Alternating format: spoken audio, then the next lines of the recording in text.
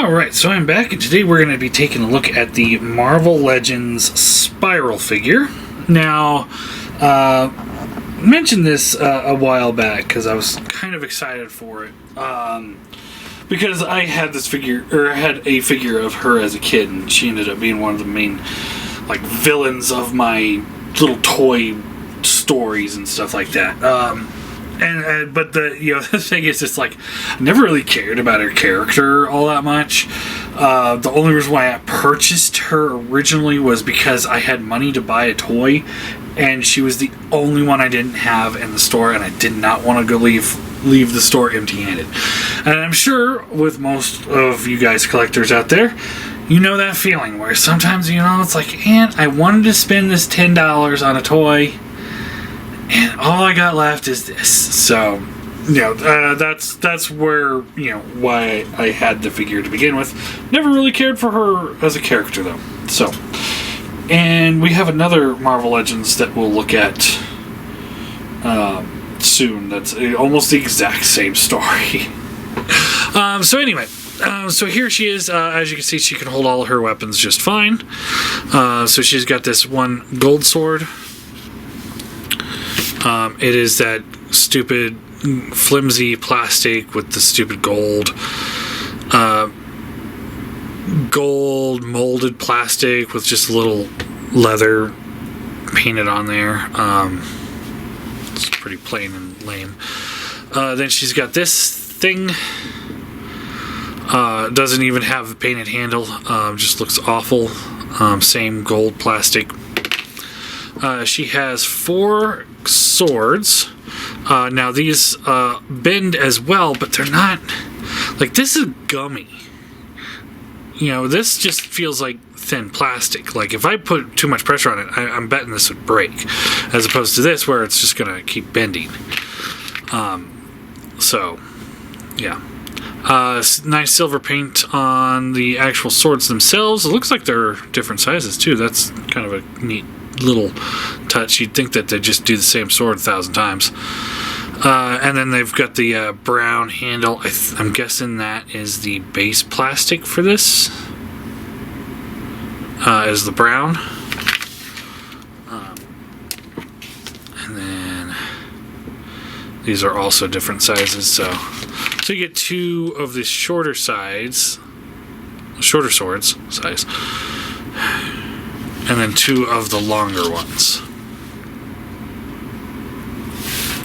And then this shit.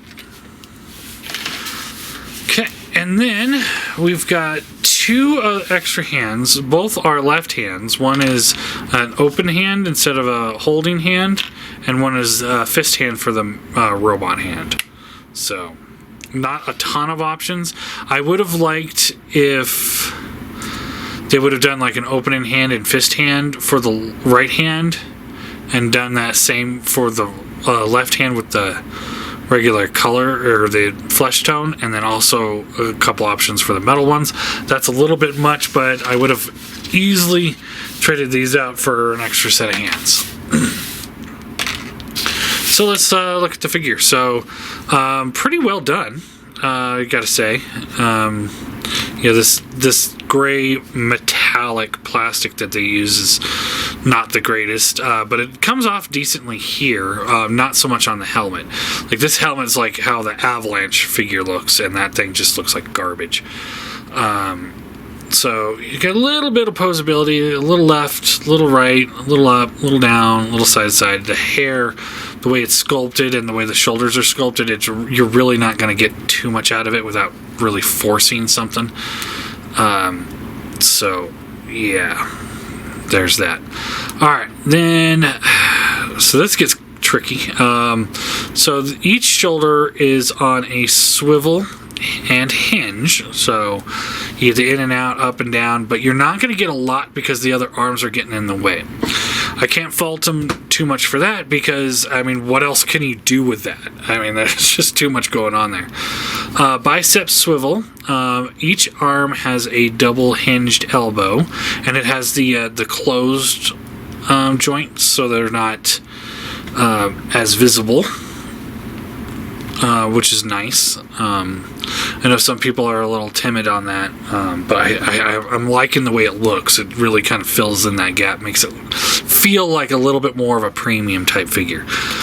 So this wrist hinges up and down, up and down, up and down. Same on this side, and you get the up and down, up and down, up and down. And then the other two hands, they go in and out. So the only ones that go in and out are the alternate hands. Everything else goes up and down. So,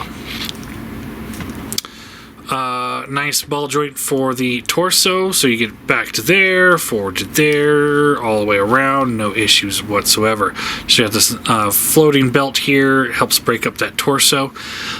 It almost looks like, it could just be my lighting, but it almost looks like she's got some shading in there too. Yeah. Up to there, back to there, out to the sides, thigh swivel, double bend knee. The foot looks like there's a swivel where the foot plugs into this fur boot, but you also get the tilt, and you get a little bit of a rocker. It's kind of hard to navigate because of the way the fur's designed. But other than that, pretty well done figure, I must say, for the price point. I wasn't overly impressed with it when I first pulled it out of the box, but now that I've messed with it a little bit, I kind of like it more. I do think I'm going to go over this with a shade, like a light gray or a light blue, just to kind of tighten, or give those a little color in there. So just big white blocks of fur. There she is for size comparison with a Spider-Man.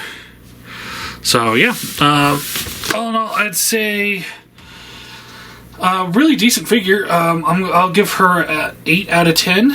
I think the gold weapons are garbage and just worthless.